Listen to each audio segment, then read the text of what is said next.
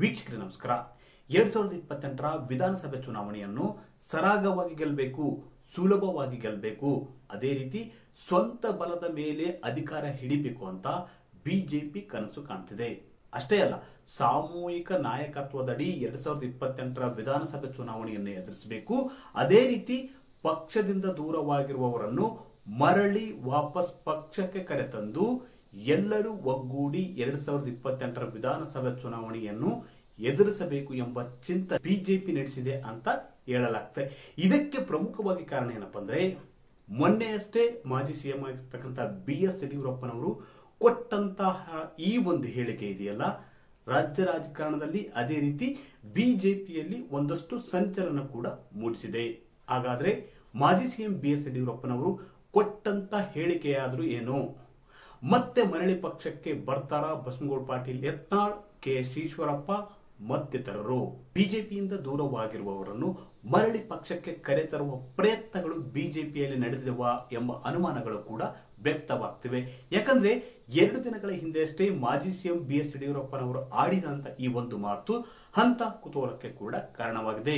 ಅಂದ್ರೆ ರೇಣುಕಾಚಾರ್ಯ ಅವರ ಜನ್ಮದಿನ ಕಾರ್ಯಕ್ರಮದಲ್ಲಿ BS ಯಡಿಯೂರಪ್ಪನವರು ಒಂದು ಮಾತನ್ನು ಹೇಳ್ತಾರೆ. ಅದೇನಪ್ಪ ಅಂದ್ರೆ, ಯಾರು ನಮ್ಮಿಂದ ದೂರವಾಗಿದ್ದಾರೋ ಅವರನ್ನು ವಿಶ್ವಾಸಕ್ಕೆ ತೆಗೆದುಕೊಂಡು 2028ರ ಚುನಾವಣೆಯನ್ನು ಎದುರಿಸಬೇಕು ಹಾಗೂ ಆ ಚುನಾವಣೆಯನ್ನು ಸುಲಭವಾಗಿ ಮತ್ತು ಏಕಾಂಗಿಯಾಗಿ ಬಹುಮತದೊಂದಿಗೆ ಗೆಲ್ಲಬೇಕು ಎಂಬ ಅಭಿಪ್ರಾಯವನ್ನು ಕೂಡ BS ಯಡಿಯೂರಪ್ಪನವರು ವ್ಯಕ್ತಪಡಿಸಿದ್ದಾರೆ. ಅಂದ್ರೆ ಯಾರು ಇಲ್ಲಿ ನಮ್ಮಿಂದ ದೂರವಾಗಿದ್ದಾರೋ ವಿಶ್ವಾಸಕ್ಕೆ ತೆಗೆದುಕೊಂಡು ಮುಂದಿನ ಚುನಾವಣೆಯನ್ನು ಎದುರಿಸಬೇಕು. ಅಂದ್ರೆ ಬಹುತೇಕ ಪಕ್ಷದಿಂದ ಉಚ್ಚಾಟನೆಗೊಂಡವರನ್ನು ಮರಳಿ ಪಕ್ಷಕ್ಕೆ ಕರೆತರುವ ಪ್ರಯತ್ನಗಳು ಬಿಜೆಪಿಯಲ್ಲಿ ನಡೆದಿದೆ ಅಂತ ಕೂಡ ಹೇಳಲಾಗ್ತಿದೆ. ಅದೇ ರೀತಿ ಮುಂದುವರೆದು ಹೇಳ್ತಾರೆ, ಮಾತಿನಿಂದ ಏನನ್ನೂ ಸಾಧನೆ ಮಾಡುವುದಕ್ಕಾಗುವುದಿಲ್ಲ.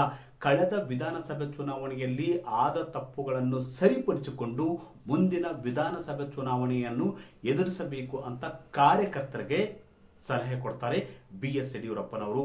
BS ಯಡಿಯೂರಪ್ಪನವರು ಆಡಿದಂತ ಈ ಮಾತು ಇದೆಯಲ್ಲ, ಬಿಜೆಪಿಯಲ್ಲಿ ಒಂದಷ್ಟು ಕುತೂಹಲಕ್ಕೆ ಕೂಡ ಕಾರಣವಾಗಿದೆ. ಈ ಅಶಿಸ್ತಿನ ಕಾರಣದಿಂದಾಗಿ ಪಕ್ಷದಿಂದ ಬಸನಗೌಡ ಪಾಟೀಲ್ ಯತ್ನಾಳ್, ಅದೇ ರೀತಿ KS ಈಶ್ವರಪ್ಪ ಅವರನ್ನು ಕೂಡ ಉಚ್ಚಾಟಿಸಲಾಗಿದೆ. ಅದೇ ರೀತಿ ಶಿವರಾಮ್ ಹೆಬ್ಬಾರ್ ಮತ್ತು ST ಸೋಮಶೇಖರ್ ಅವರು ಕೂಡ ಪಕ್ಷದಿಂದ ದೂರ ಉಳಿದಿದ್ದಾರೆ. ನೋಡಿ, ಮುಂದಿನ ವಿಧಾನಸಭೆ ಚುನಾವಣೆಯನ್ನು ಗೆಲ್ಲಲೇಬೇಕು ಅಂತ ಬಿಜೆಪಿ ಜಿದ್ದಿಗೆ ಬಿದ್ದಿದೆ. ಆ ನಿಟ್ಟಿನಲ್ಲಿ ಚಿಂತಿಸಿರುವ BS ಯಡಿಯೂರಪ್ಪನವರು ಪಕ್ಷ ಬಿಟ್ಟು ಹೋದವರನ್ನು, ಅಂದ್ರೆ ಯಾರು ನಮ್ಮಿಂದ ದೂರವಾಗಿದ್ದಾರೆ ಅವರನ್ನು ಸೇರಿಸಿಕೊಂಡು ಅವರನ್ನು ವಿಶ್ವಾಸಕ್ಕೆ ತೆಗೆದುಕೊಂಡು 2028ರ ವಿಧಾನಸಭೆ ಚುನಾವಣೆಯನ್ನು ಎದುರಿಸಬೇಕು ಅಂತ ಹೇಳಿದ್ರೆ ಬಹುತೇಕ ಪಕ್ಷದಿಂದ ದೂರವಾದವರನ್ನು ಪಕ್ಷಕ್ಕೆ ಮರಳಿ ಸೇರ್ಪಡೆ ಮಾಡುವ ಮೂಲಕ 2028ರ ವಿಧಾನಸಭೆ ಚುನಾವಣೆಯನ್ನು ಸಾಮೂಹಿಕ ನಾಯಕತ್ವದಲ್ಲಿ ಎದುರಿಸಬೇಕು ಹಾಗೂ ಅಧಿಕಾರ ಹಿಡಿಬೇಕು ಎಂಬ ಸಲಹೆಯನ್ನು BS ಯಡಿಯೂರಪ್ಪ ನೀಡಿದ್ದಾರೆ ಅಂತ ಹೇಳಲಾಗ್ತದೆ.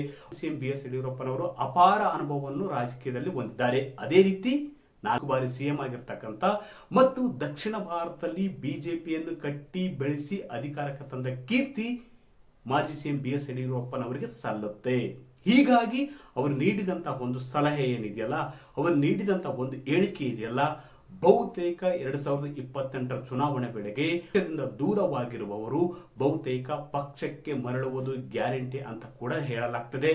ಅದೇ ರೀತಿ ಕಳೆದ 1 ವಾರದಿಂದ ಅಷ್ಟೇ ನಡೆದಂತ ಕಾರ್ಯಕಾರಿಣಿ ಸಭೆಯಲ್ಲಿ ಕೂಡ ಬಹುತೇಕ ಇಂಥದ್ದೇ ಅಭಿಪ್ರಾಯಗಳು ವ್ಯಕ್ತವಾಗಿಲ್ಲವಾದ್ರೂ ಬಿಜೆಪಿ ಉಸ್ತುವಾರಿ ಆಗಿರ್ತಕ್ಕಂಥ ರಾಧಾ ಮೋಹನ್ ದಾಸ್ ಅಗರ್ವಾಲ್ ಅವರು ಒಂದು ಮಾತನ್ನು ಹೇಳಿದ್ರು. ಅದೇನಪ್ಪ ಅಂದ್ರೆ, ಮುಂಬರುವ ಚುನಾವಣೆಯಲ್ಲಿ 2028ರ ವಿಧಾನಸಭೆ ಚುನಾವಣೆಯನ್ನು ಸಾಮೂಹಿಕ ನಾಯಕತ್ವದಲ್ಲಿ ಎದುರಿಸಲಾಗ್ತದೆ. ಅಂದ್ರೆ ಹಾಲಿ ಅಧ್ಯಕ್ಷರಾಗಿರುವ BY ವಿಜೇಂದ್ರ, ಅದೇ ರೀತಿ ವಿರೋಧ ಪಕ್ಷದ ನಾಯಕರಾಗಿರುವ R ಅಶೋಕ್ ಹಾಗೂ ಚಲವಾದಿ ನಾರಾಯಣಸ್ವಾಮಿ ಮತ್ತು ಎಲ್ಲರೂ ಸೇರಿ ಸಾಮೂಹಿಕ ನಾಯಕತ್ವದಡಿ 28ರ ವಿಧಾನಸಭೆ ಚುನಾವಣೆಯನ್ನು